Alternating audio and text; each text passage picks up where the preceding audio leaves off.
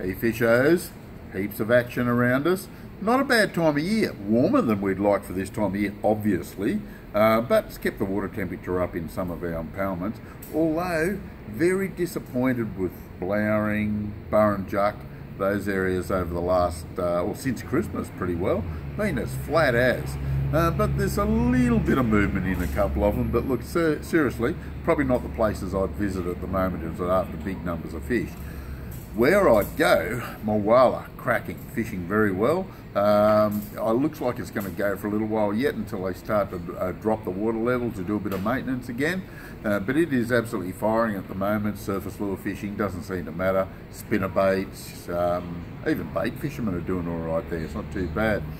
Meso tells me the dart's still pretty good. The Hume Weir, a lot of redfin getting caught. A lot of small ones, the occasional good ones. So it's started to pick up on the redfin scene.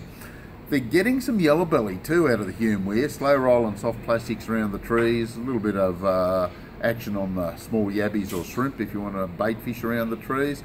Biggest problem with that though, the redfin tend to hammer them pretty hard. And if you're after a yellow, slow roll on plastics, especially the little Lunker City blacks or the gulp 3-inch grub, they will do the job exceptionally well. They seem to be our favourites, the black ones more so than anything else, but I don't think it matters that much, to be honest with you. Oar-gee River doesn't get any better. Absolutely amazing at the moment. Some big fish coming out of it. The odd meatery, quite a few small fish. Bait fishermen are getting a lot of small ones. The lure fishermen seem to be scoring some very nice cod and a few yellow belly. Upstream from Wagga, yellow belly seem to be reasonably active, and some big trouties if you want to get a trophy-sized troutie. Certainly worth the effort. There seems to be good numbers of them. Best part about the river at the moment, when you cast to a snag and start the retrieve, you'll actually see the lure and the fish following it because it is so darn clear. It is running hot. Absolutely fantastic. It did come up a little bit, a foot or two over the last few days. Might make it a bit easier to put your boats in. But just remember, when you're on the water, take it slow and easy because you don't want to run into any structure and that sort of thing. You don't have to travel far to catch fish. From anywhere you put in a couple of yards is basically covering it. Old Man Creek, a few fish coming out of it. It's certainly worth a bit of a look, but the river is the place to be. Compleat River, 3,500 megs, a little bit higher than I'd like at the moment, but look, it is really fishing well, exceptionally well. Yakumito spoons are one of my favourites up there at the moment when it's running high. Went up yesterday, picked up some nice trout, you know, brown about £3, a couple of rainbows around £1.5 to £2, and quite a few other smaller fish. So it's certainly worth the effort at the moment. What's happening though, if you're up there and you don't have any success on the lures, if you sort of find it's a little bit fast, just drift a worm. Scrub worm in particular, or a Euro crawler, doesn't seem to matter a great deal.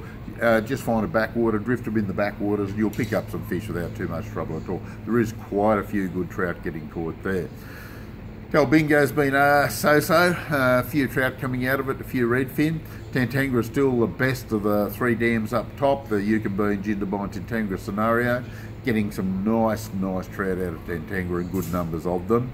Yukonbeen starting to move a little bit. Walking the bank, casting spoons again is another good option there. Give that a go at Tantangra too, especially late in the afternoon. And if you're going up to 10, make sure you take some scrubbies to fish off the bank the night time, and also take some timber up there, burn, because there's nothing up there to burn. It's a national park, so you can't cut timber in the national park anyway.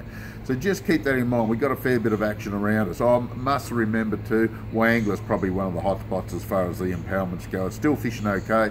Has its good days and bad days, but it's a lot more consistent what Blowering and Burrinjuck is. So good luck. This is a complete English fishing report for this week. We'll catch you next week.